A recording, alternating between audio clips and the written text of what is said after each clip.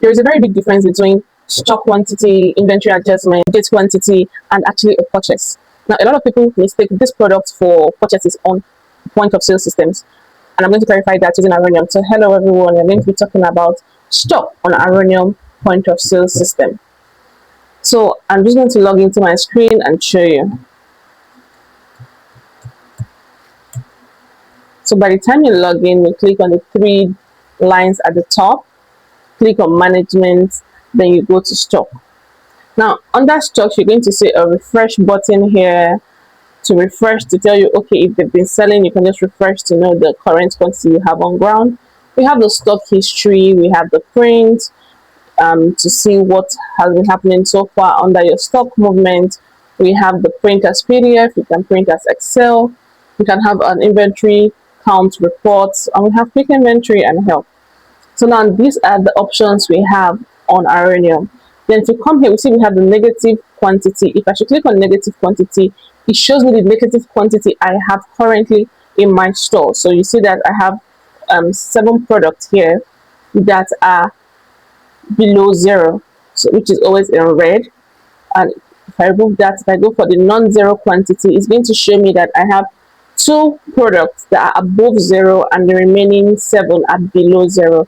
Because we are asking for non-zero quantities, it's obviously going to show us what is higher than 0 and what is lower than 0. Now, what do I mean by this negative quantity? Negative quantities are quantities that have entered the minus. What it basically means is that a product has been selling and it got to 0, and they are still selling the product. So it basically means that you're selling a product that doesn't exist. There are some situations that warrant selling products at 0 quantity, but we can talk about that later. So any product that has gone below 0 becomes a negative quantity, which is why we are seeing some negative quantities here. So if I should click on now my 0 quantities, it shows me all the products that are 0. So these are the products that I have at 0, meaning I don't have them in my store, which has to be purchased. So this basically shows you what you have currently in your store.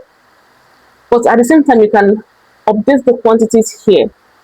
So if I wanted to, let's say I have this 9 p.m. and I want to put a quantity to 9 p.m.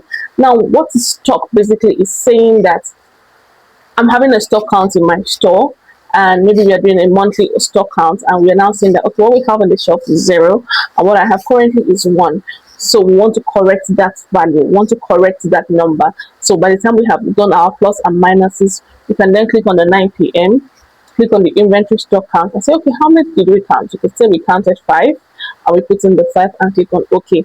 Please note, this should only be done when there's a rectification going on within the store, not when you buy a product into your store. Because when you buy a product into your store and you put it in the quantity, it's supposed to increase the existing quantity you have in your store. For example, the fact that I have 5 here, and let's say I bought 10, and I come to stock and I use the quick inventory and say, let's say I bought 10 and I input my 10.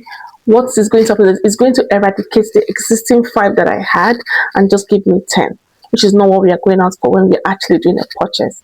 If you're doing a purchase and you click on and you put in 10, the same is supposed to give you a 15, meaning you had an existing 5 and now you're adding 10, which is making it 15. So this stock count is only for when you're trying to rectify quantities between the system and what you have currently on ground. If you have any question, please let me know. Apart from that, see you some other time.